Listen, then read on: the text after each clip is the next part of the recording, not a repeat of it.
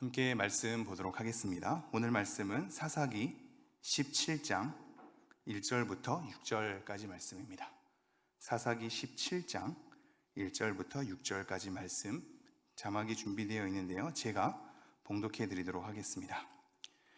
에브라임 산지에 미가라 이름하는 사람이 있더니 그의 어머니에게 이르되 어머니께서 은 1,100을 잃어버리셨으므로 저주하시고 내 귀에도 말씀하셨더니 보소서 그 은이 내게 있나이다. 내가 그것을 가졌나이다 하니 그의 어머니가 이르되 내 아들이 여호와께 복 받기를 원하노라 하니라.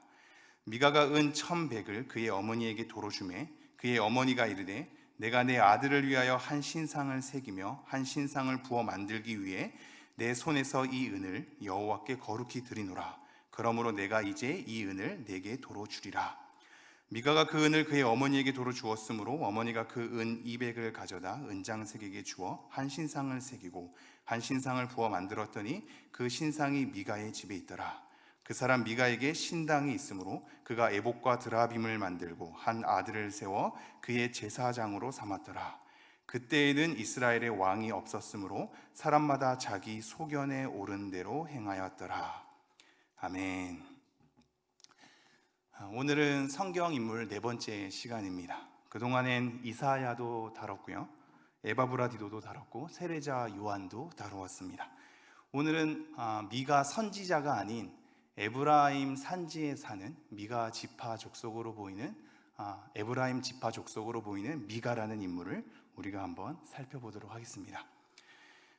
우리가 인물을 볼 때에는 여러 가지 또 관점들이 기본적으로 마련되어야 하는데요, 여러 다양한 인물들의 모습을 통하여서 우리는 먼저 그 사건을 좀 더 잘 이해할 필요가 있습니다. 그 인물의 어떠함을 살펴볼 때 그 사건이 좀 더 입체적으로 보이는 경우가 있는 거지요. 그래서 우리는 사건 중심으로만 흘려 읽는 것이 아니라 그 가운데 놓여 있는 인물도 주목하고 그 인물의 심정과 여러 상황을 통하여서 사건을 좀 더 깊숙하게 이해하는 필요가 우리에게 필요합니다. 그리고 그의 삶 너머에 역사하시는 하나님의 역사에 우리가 초점을 돌리는 것이 굉장히 필요합니다. 그 인물을 하나님께서 어떻게 사용하고 계시고 그 인물 배후에 하나님께서 어떠한 심정을 가지셨는가, 그리고 그 인물을 통하여서 어떤 사건을 만들어내시며 그 인물을 통하여서 우리에게 어떤 메시지를 주시는가를 우리는 살펴야 하겠습니다. 성경은 사실 성경 인물을 강조하는 것이 아니라 성경 인물을 통해서 역사하시는 하나님을 강조하기 때문입니다.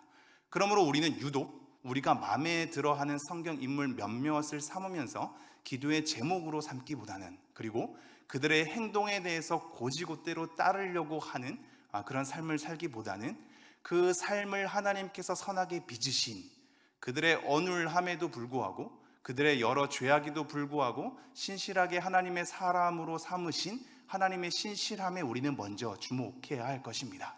그러나 그 안에는 그 인물과 하나님과의 관계에 대한 깊이를 우리는 헤아려야 돼서 그것을 통하여서 우리는 인간됨을 이해할 수 있으며 하나님을 떠나간 인물들을 통하여서는 우리는 그대로 우리가 저렇게 살지 말아야 하겠다는 본을 삼을 수도 있고, 하나님께서 사용한 인물들을 통해서는 하나님께서 얼마나 하나님의 사랑을 하나님께서 원하시는 뜻대로 이끌어 가시는가를 주목하면서 봐야 할 것입니다. 우리가 이러한 토대를 가지고 성경 인물을 주목했으면 좋겠습니다. 특별히 오늘은 사사기를 우리가 살펴보는데요, 사사기의 패턴은 여러분이 잘 알다시피 반복되는 순환 구조를 가지고 있습니다. 이스라엘 백성들이 가나안 땅에서 족속들을 남기고, 다 진멸하라는 말씀의 불복종으로 족속들을 남기고, 그 족속들은 이스라엘 백성들을 괴롭히게 되죠. 괴롭히는 가운데 하나님께 부르짖게 되고, 하나님은 그 부르짖음을 들으사 사사들을 세우게 되며 그 사사들을 통하여서 그들의 어려움에서 고난에서 그들을 건져내는 구원의 은혜를 입게 되고, 그렇게 태평하였더니 다시 죄의 순환으로 돌아가서 죄를 짓고 고통을 받고 부르짖고 사사를 세우고 하는 이런 순환 구조 속에 있다라는 겁니다. 그런데 이런 순환 구조가 사사기에서는 점진적으로 악화되어 가는 구조를 띠고 있습니다. 즉 사사기 전체의 내용은 연대기적으로 순서가 짜여 있지 않고, 다시 말해서 이 사사기 1장부터 끝장까지가 시간적 순서대로 놓여 있지 않고 그 시간적 순서는 우리가 정확하게 알기 어려운 순서로 복합적으로 놓여 있으며, 특별히 오늘 우리가 보는 이 17장의 말씀은 사실상 사사시대의 초기 시대라고 할 수 있는 17장, 18장의 내용은 사사시대 초기, 그리고 19장부터 펼쳐지는 내용은 사사시대 말기로 다시 한번 이 사사시대가 어떠한 시대인가를 초기와 말기의 두 사건을 통하여서 17, 18, 19장의 사건을 배열함으로 우리에게 사사기의 특징을 보여주고 있다는 것이죠. 점점 뒤로 갈수록 악화되는 것으로 보여주고 있는 겁니다. 그래서 마지막으로 등장하는 삼손도 나중에 삼손을 통하여서 태평하였다라는 기록이 없죠. 대부분의 사사를 통해서는 그들이 구원을 하여서 태평하였더라, 평안을 얻었더라라는 표현이 등장하는데, 삼손은 혼자 그 전쟁에 참가하게 되고 혼자 고독하게 생을 마감하게 되는 상황 가운데 그를 통하여서 20년 동안 태평하였더라라는 내용은 없이 끝나게 되는 거죠. 그러면서 17장이 등장하는 겁니다. 계속적으로 악하게 가는 순환 구조 가운데에서 17장이 사사시대 초기의 사건임에도 불구하고 사사시대가 어땠는지를 우리에게 보여주는 거죠. 그러면 17장 한번 돌아와 볼까요? 17장 1절 말씀을 제가 한번 읽어보겠습니다. 에브라임 산지에 미가라 이름하는 사람이 있더니입니다. 에브라임 산지에 사는 미가라는 인물을 오늘 살펴볼 텐데요, 사사기에서는 특별히 에브라임 지파에 대해서 많이 거론합니다. 왜냐하면 굉장히 힘 있는 지파였기 때문입니다. 그 힘은 에브라임 지파가 가지고 있는 군사력에서도 오겠지만 사실상 신앙적인 내용이 있어서도 이 에브라임 지파가 견고하게 됩니다. 왜냐하면 눈의 아들 여호수아가 바로 에브라임 지파였기 때문입니다. 이러한 에브라임 지파로 17장이 시작하는데 우리는 먼저 17장의 내용을 들어가기에 앞서서 한 가지 내용을 점검해야 할 것입니다. 제가 사사기 2장 6절에서 10절 말씀인데요, 제가 7절과 10절 말씀을 읽어드리지요. 한번 잘 성경이 있으신 분은 펼쳐서 따라와 주시고요, 없으신 분은 잘 들어주시면 감사하겠습니다. 사사기 2장 7절을 제가 읽지요. 백성이 여호수아가 사는 날 동안과 여호수아 뒤에 생존한 장로들 곧 여호와께서 이스라엘을 위하여 행하신 모든 큰 일을 본 자들이 사는 날 동안에 여호와를 섬겼더라. 여호수아라는 하나님 앞에 깨어있는 지도자, 그 지도자를 통하여서 나오는 지도력이 있을 때에는 하나님을 잘 섬겼으나 그 지도력을 가진 지도자가 죽은 이후에는 하나님을 섬기지 않는 행태가 일어나게 된 겁니다. 2장 10절을 제가 읽지요. 그 세대의 사람도 다 그 조상들에게 돌아갔고 그 후에 일어난 다른 세대는 여호와를 알지 못하며 여호와께서 이스라엘을 위하여 행하신 일도 알지 못하였더라. 그 후에는 하나님을 알지 못하는 겁니다. 하나님이 행하셨던 일조차도 무지해져 가는 상황인 겁니다. 이러한 상황 가운데 사사시대가 펼쳐졌다는 것을 여러분 이해해 주십시오. 그리고 2장 19절 말씀도 제가 읽어드리지요. 2장 19절. 그 사사가 죽은 후에는 그들이 돌이켜 그들의 조상들보다 더욱 타락하여 다른 신들을 따라 섬기며 그들에게 절하고 그들의 행위와 패역한 길을 그치지 아니하였으므로. 이 사사기의 특징을 다시 또한 집어내고 있는데요, 여호수아가 죽은 후에도 하나님을 알지 못하는 행악 가운데 그들의 삶이 펼쳐졌고, 사사를 간간히 세우나 사사가 죽은 뒤에도 하나님을 섬기지 않고 다른 신들을 섬기는 이들의 행태를 지금 고발하는 내용입니다. 자, 이러한 토대 가운데 17장 1절로 다시 한번 돌아와 보도록 하겠습니다. 17장 1절에는 바로 에브라임 지파인 눈의 아들 여호수아, 그 지도력이 죽음 이후에 상실되고 그 이후에 신앙이 계승이 안 된 채 펼쳐지는 삶 가운데에서 미가라는 사람이 등장하는 겁니다. 이 사회적 배경을 잘 이해해 주십시오. 한 사람의 인물이 특징화되는 것은 그 사람 개인적인 삶을 통해서 일궈지는 것이 아니라 가정의 삶의 영향, 그리고 사회적인 배경의 영향을 통해서 그 사람이 만들어진다라는 것을 우리는 명심해야 하겠습니다.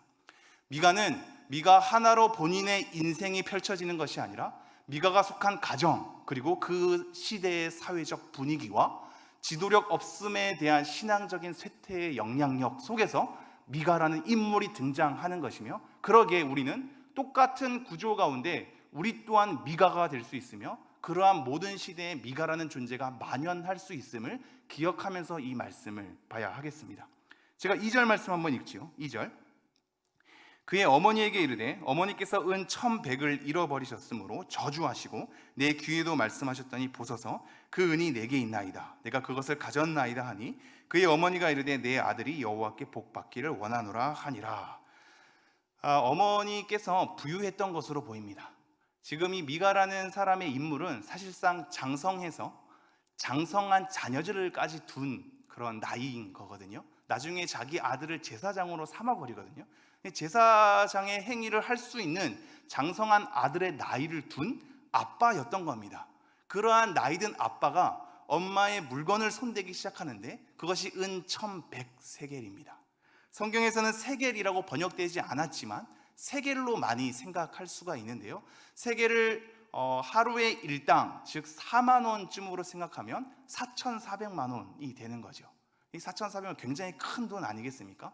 그것이 은으로 다 가지고 있는 상태. 어머니는 부유한 자였을 것이며 미가 또한 부유한 자였을 것입니다. 자기 자녀들에게 나중에 여러 신상을 만들 수도 있고 이웃 주민들과 함께 쳐들어갈 수 있는 응집력이 있는 걸로 봐서는 영향력도 있고 가진 것도 있고 자녀도 있고 부유한 어머니를 둔 존재임을 우리는 알 수 있는 거죠. 이러한 어머니에게 은 1,100세겔이 있었는데, 즉 4,400만 원 정도의 거금이 있었는데 이것을 잃어버린 겁니다. 자기의 잘못으로 잃어버린 것이 아니라 이 잃어버렸다는 단어는 나중에 2절 중반에 보면 내가 그것을 가졌나이다 할 때 가지다라는 단어와 동일한 단어입니다. 즉 누군가 그것을 취하였기 때문에 나에게 없어진 상태, 한마디로 도둑 맞은 것이죠. 이 은 1,100을 도둑 맞아서 어머니가 저주를 퍼붓습니다. 여기서는 좀 여러 상상력이 필요한데요. 인물에 대한 배경을 성경에서 명확하게 얘기하지 않을 때에는 여러 문맥을 따져보면서 좀 더 너그러이 상상을 펼치는 것이 성경을 입체적으로 보는 데 도움이 되기 때문입니다. 크게 벗어나지 않는 한 말이죠. 지금 이 잃어버림, 도둑맞음을 통해서 저주했다라는 것은 결국 그의 삶 가운데 이런 일이 빈번히 일어났던 상황인 것이며 그 사회의 풍토가 이런 도둑질하는 것이 만연해 있다라고 볼 수도 있을 겁니다. 그리고 그것을 내 귀에도 말씀하셨더니 아들의 귀에도 그 저주의 내용, 내가 도둑맞은 내용을 은근히 펼친 거죠. 어떤 분들은 이것을 통해서 아들이 훔쳐갔을 것이라는 걸 짐작하였다라고 보기도 하고, 물론 그렇게 보지 않았어도 자기의 도둑맞음을 아들에게 하소연했다라고 볼 수도 있겠지요. 그러한 상황 가운데 이 아들이 갑자기 너무나도 생뚱맞게 어떠한 과정도 없이 자기가 고백을 합니다. 보소서 그 은이 내게 있나이다. 내가 그것을 가졌나이다. 이것이 저주의 내용 때문인지 이후에 미가의 인물을 살펴봤을 때 복을 굉장히 바라는 사람인 거거든요. 자기는 복 받아야 하는데 어머니께서 빈 저주가 혹시나 자기에게 해당될까 봐 그것이 싫어서 그런지는 우리가 알 수 없습니다만 갑자기 이 아들 미가가 어머니 돈이 나에게 있다는 것을 이실직고 합니다. 그러나 여러분 잘 보십시오. 이러한 장면 가운데 미가가 뉘우침의 어조로 내가 엄마의 돈을 손댔다는 것에 대해서 굉장히 통례하는 마음으로 고백하는 것으로 전혀 읽히지 않습니다. 어머니가 저주하였고 그것을 내 귀에 들리게 하니까 갑자기 그냥 나는 그 은이 내게 있나이다. 내가 그것을 가졌나이다 라고 하죠. 어머니 죄송합니다. 죽을 죄를 졌습니다. 제가 어머니의 물건에 손대다니요. 제가 가진 것도 있는데 탐욕을 부렸습니다 라는 것으로 죄의 뉘우침과 회개로의 걸음으로 가기보다는 어찌 보면 좀 더 당당한 느낌으로 그거 나한테 있어요. 그거 내가 가졌어요. 내가 취한 거예요 라고 얘기하는 미가의 모습을 볼 수 있다 이거죠. 죄에 대해서 왜 이렇게 무뎌졌을까? 이런 죄에 대한 자기의 행위 앞에 어쩜 이리도 당당해질 수 있을까를 우리는 미가라는 인물에 대해서 추적해 가야 합니다. 우선 그걸 염두에 두시고요. 그 다음에 어머니의 행동이 어떻게 나오냐면 내가 그것을 가졌나이다 하니 그의 어머니가 이르되 내 아들이 여호와께 복받기를 원하노라 하니라. 이것 또한 굉장히 생뚱맞지요. 저주를 퍼붓던 어머니가 자기 아들이 이슬 짓고 하니까 복을 비는 것으로 가는 겁니다. 여러분, 우리는 이것을 통해서 한 가지를 생각해야 되는데요. 미가란 인물이 굉장히 악랄하게 그려지거든요. 그런데 그 가정으로 돌아가 보십시오. 어머니가 혼내지 않습니다. 미가의 잘못된 행동을 교정하지 않습니다.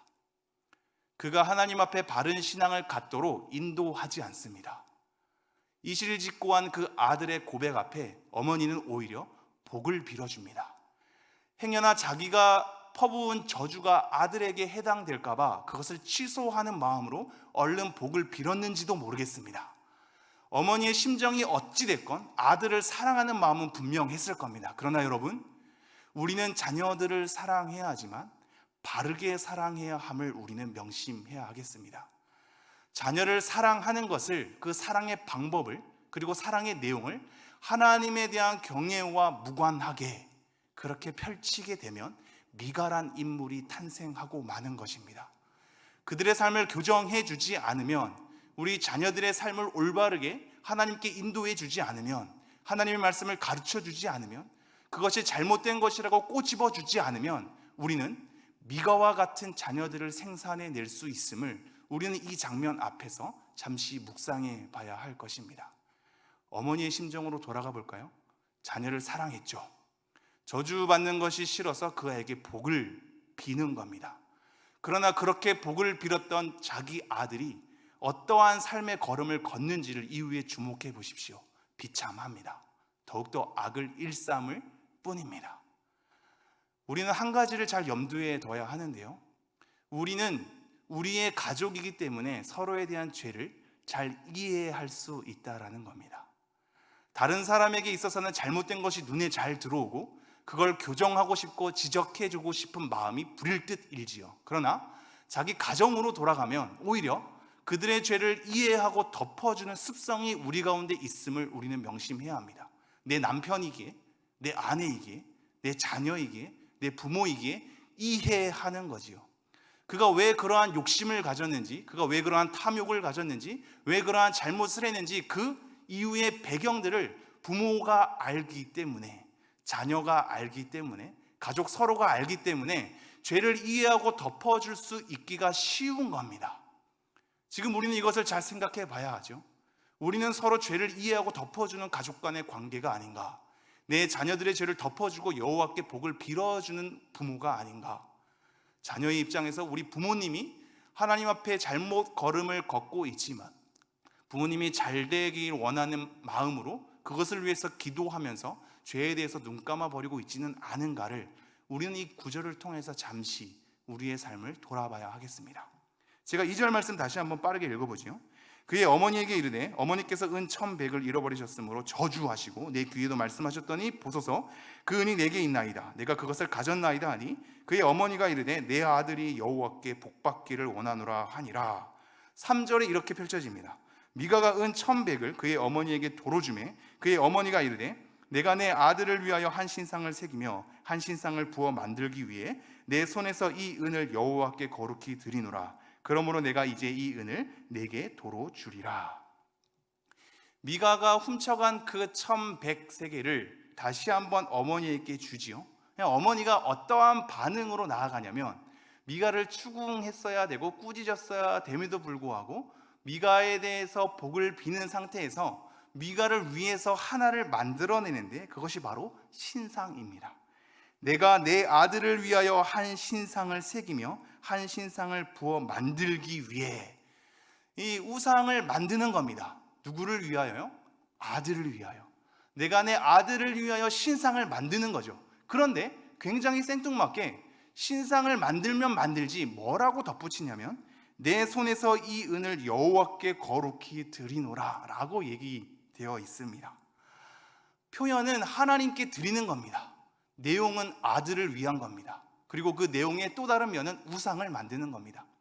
아들을 위한 것으로 만드는 것과 우상의 내용은 전혀 하나님과 상관없는, 오히려 하나님이 진노하시는 일임에도 불구하고 이러한 행위와 내용을 삼아 놓고는 표현을 뭐라고 하냐면 내가 하나님께 이것을 거룩히 드립니다 라고 하는 겁니다.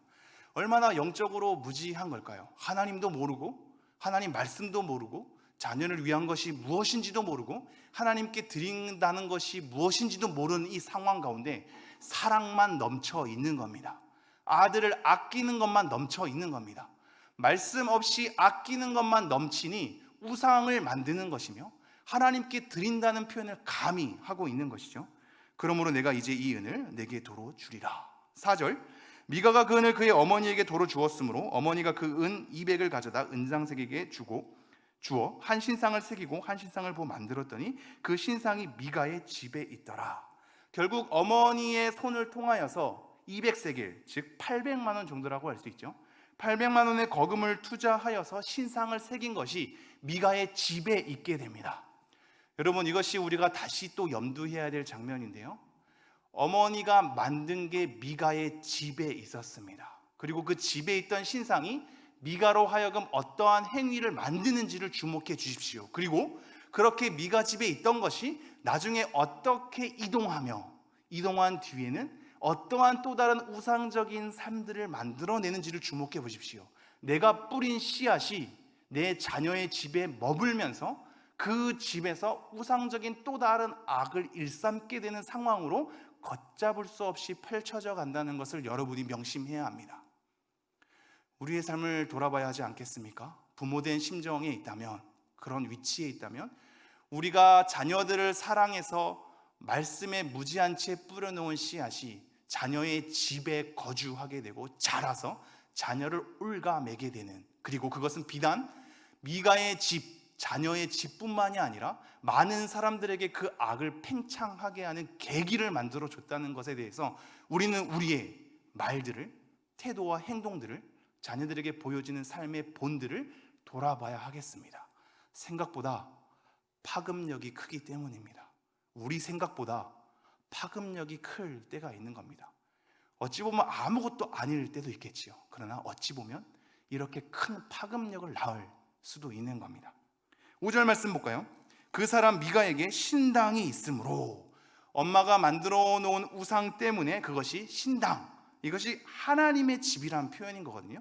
나중에 17장 후반부에 이것이 등장하는데 하나님의 집이라는 표현으로 미가에 하나님의 집이 있었답니다. 왜냐하면 이 표현이 중요한 이유는 사실상 에브라임 지파 저 끝에 실로라는 곳에 하나님의 궤를 모셔놓고 예배하는 공적 장소가 있었기 때문입니다. 그것이 하나님의 집이라고 표현되는 공적인 장소인데 그 장소를 가지 않고 자기 집에 하나님의 집을 삼아 버린 겁니다. 미가에게 신당이 있으므로 그가 에봇과 드라빔을 만들고 한 아들을 세워 그의 제사장으로 삼았더라. 에봇, 제사장이 입는 옷을 만들고, 드라빔, 가정의 수호신 정도인데요, 이 크기가 작은 수호신입니다. 이 수호신을 가지고 또 이렇게 점을 치는 어떤 앞길을 예견하는 것에 대한 행위도 이 드라빔을 통해서 했던 것으로 보입니다. 에봇과 드라빔을 만드는 겁니다. 그리고 과간도 아니죠. 한 아들을 세워, 다른 말로 아들 중에 한 명을 세워 그의 제사장으로 삼은 겁니다. 엄마가 아들을 사랑해서 뿌려놓은 씨앗이, 하나님의 말씀 없이 사랑해서 뿌려놓은 씨앗이 그 미가 아들의 가정 가운데 머물게 되고, 그것을 통하여서 미가가 어떠한 역할을 하냐면 에봇도 만들고 드라빔도 만들고 아들 중에 한 명을 제사장으로 삼은 겁니다. 여러분, 끔찍하지 않습니까? 제가 볼 때 미가는 굉장히 진취적인 사람입니다. 행동력이 있고 계획적이고 여러 많은 것들을 한꺼번에 이룰 수 있는 다양한 능력이 있는 사람입니다. 그러니 한꺼번에 만들어 놓지요. 엄마가 세운 신상을 통해서 신당이 집에 거주하게 되니 에봇 필요해, 드라빔도 필요하지, 제사장이 없네, 내 아들 중 한 명을 제사장 삼아버리자 라는 것으로 굉장히 빠르게 일을 진척하게 되는 이 미가의 상황을 보게 됩니다. 그러면서 이렇게 얘기하죠. 6절입니다. 그때에는 이스라엘의 왕이 없었으므로 사람마다 자기 소견에 옳은 대로 행하였더라. 이것이 사사기 말씀 전체에 있어서 굉장히 중요한 말인데요, 지금 이러한 미가의 행동, 그 엄마의 행동, 말도 안 되는 우상적 행동들을 바라보면서 지금 뭐라고 정리하고 있냐면, 그때에는 왕이 없으므로 사람마다 자기 소견에 옳은 대로 행하였다라고 마무리를 하고 있습니다. 이스라엘의 왕이 없었기 때문에 그런 일이 일어났다라고 얘기하는 것이죠. 어떤 사람들은 이것을 가지고 지금 사사시대는 특별한 왕이 없었기 때문에 굉장히 민주적으로 초대교회 형식과 같은 어떠한 지도자도 필요 없이 그렇게 우리가 하나님만 바라보면서 섬길 수 있는 굉장히 중요한 그런 정치 구조였다라고 보는 사람도 있으나, 사실상 사사기가 얘기하는 것은 그것이 아닙니다. 왜냐하면 왕이 없다는 것을 강조하고 있기 때문입니다. 이것은 반대말로 왕이 꼭 필요하다라는 겁니다. 왕이 없기 때문에 이러한 무질서가 나왔다. 왕이 없기 때문에 이러한 말도 안 되는 우상적 행동들이 벌어졌다. 왕이 없기 때문에 하나님의 말씀을 몰랐으며, 왕이 없기 때문에 하나님의 통치를 받지 않아서 자기 멋대로, 자기의 시각대로 그렇게 옳게 여기면서 나아갔다라고 얘기하고 있는 겁니다. 자기 소견에 옳은 대로 행하였다라는 것은 결국 옳은 것은 바른 것이라는 얘기거든요. 즉 이때의 삶 가운데서도 이것이 바르다라는 것이 없었던 삶이 아니라 바르다라는 것을 오히려 많이 주장했던 삶입니다. 내가 보기엔 이것이 발라, 이것이 맞아, 이것이 옳아 라는 것으로 각자 자기 주장으로 점철된 무질서한 상황, 그러기에 가정 가운데 하나님의 집이 들어갈 수 있으며 수많은 우상적인 삶들이 나올 수 있는 이 삶, 그것은 바로 왕이 없었기 때문이라고 얘기를 하고 있습니다. 그러나 여러분 잘 생각해 보십시오. 나중에 사무엘상으로 가면 사울을 첫 왕으로 삼게 되는데, 그 배경을 보면 왕을 삼는 것이 결국 하나님께서 진노하시는 표현들이 나오거든요. 이 이스라엘 백성들이 나를 버려 왕을 삼는다라는 표현들이 나오고 있습니다. 즉 왕을 세우는 것에 대해서 성경의 몇몇 곳에는 부정적인 시각으로 우리에게 소개하고 있는 곳이 있으나, 그것은 그들이 생각하는 왕에 대한 상과 하나님이 원하는 왕에 대한 상이 달랐기 때문에 너네가 요구하는 그 왕에 대한 상은 이방 나라들이 요구하는 왕에 대한 상이고, 너네들이 추구하는 그 왕에 대한 구조는 나를 배제하고 왕을 섬길 때 우리가 안전을 취하겠다라는 하나님을 버리는 동기 속에서 구하는 것이기 때문에 하나님이 진노했죠. 그러나 여러분 잘 생각해 보십시오. 이미 신명기에 왕을 세울 것이라는 하나님의 말씀이 있고, 다윗 왕조를 하나님께서 보시기에 너무나 선하게 그린 다윗 왕조의 삶들이 펼쳐집니다.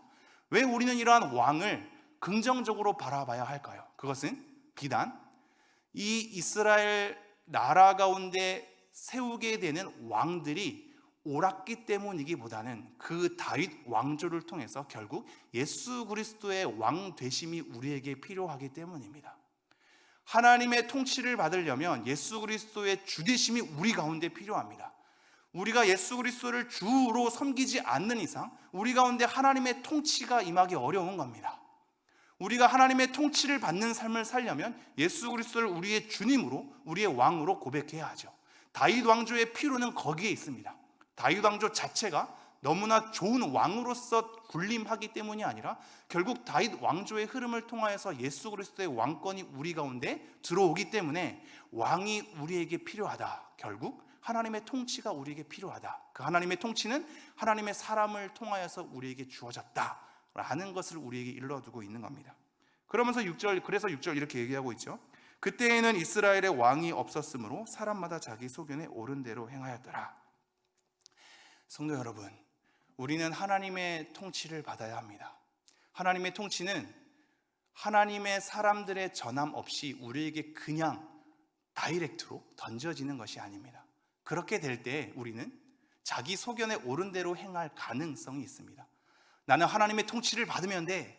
어떠한 사람도 필요 없어. 어떠한 지도자도 필요 없어. 결국 하나님과 나의 관계인데 내가 하나님께 명령을 그렇게 받으면 되지 라고 우리는 생각할 수 있지만, 그것은 오히려 자기 소견에 좋은 대로 행하였던 사사시대의 삶을 우리가 반복할 뿐입니다. 우리는 하나님이 세운 사람들의 소리에 귀를 기울여야 하며 하나님의 통치를 대리하는 지도력을 통하여서 우리는 한 질서를 형성해서 나아가야 할 것입니다. 그러나 그 지도자 자체가 중요한 것이 아니라 그 선한 지도자에게 나오는 지도력이 중요한 겁니다. 그 지도력을 통하여서 하나님의 통치를 받기 원하기 때문입니다. 지도자에게 우리의 눈에 시선이 갔을 때 지도자는 선한 지도자가 없었죠. 모든 사람이 실패했기 때문입니다.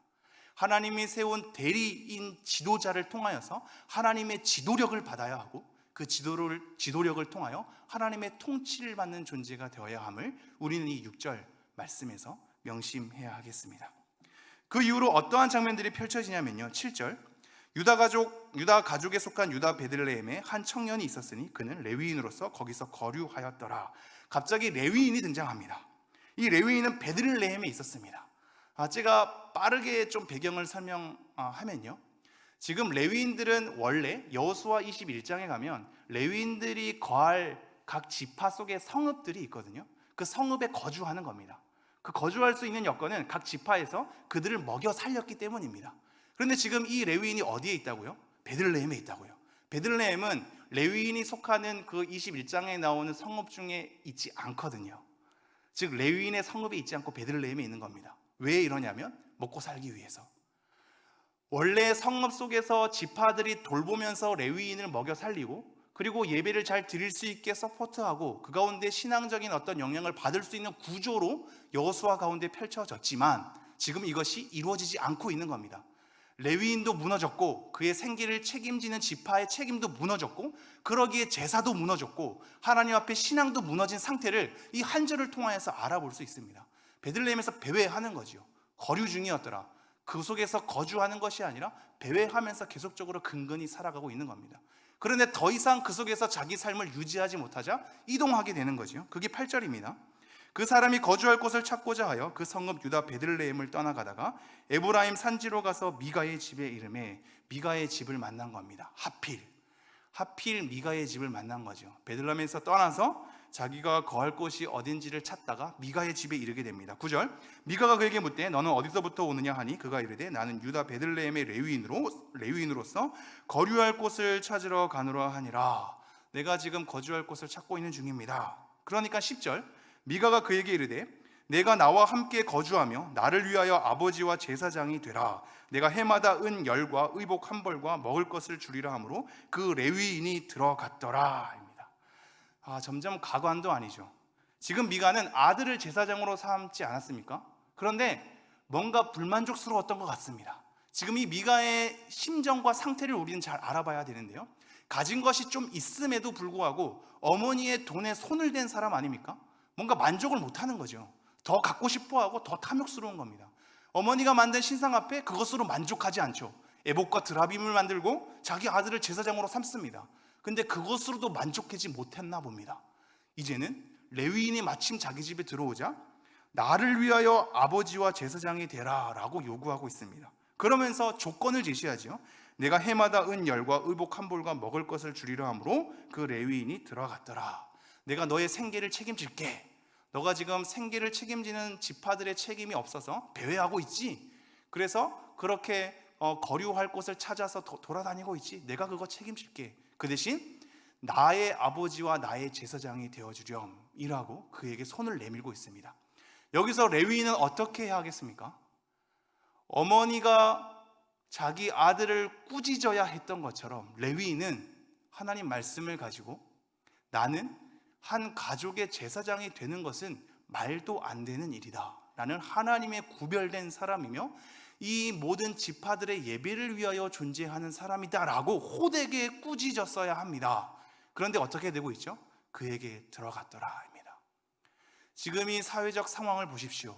엄마가 무너지고 아들이 무너지고 지도력이 부재한 채로 그들의 사회상이 무너지고 하나님 앞에 깨어 있어야 할 레위인도 무너졌습니다. 어떠한 잘못에 대한 꾸짖음도 없고 말씀에 바로 섬도 없고 경건과 거룩에 대한 갈망도 없습니다. 하나님을 찾되 하나님은 자기 유익을 위한 도구쯤으로 부르짖으면서 흩날릴 뿐입니다. 이 상황을 보십시오. 레위인은 지금 자기 역할을 망각했습니다. 먹고 살기 위하여서 미가와 손잡은 겁니다. 딜을 한 거죠. 미가를 그렇게 만든 것도 레위인의 책임이 있고 레위인을 그렇게 만든 것도 미가의 책임이 있습니다.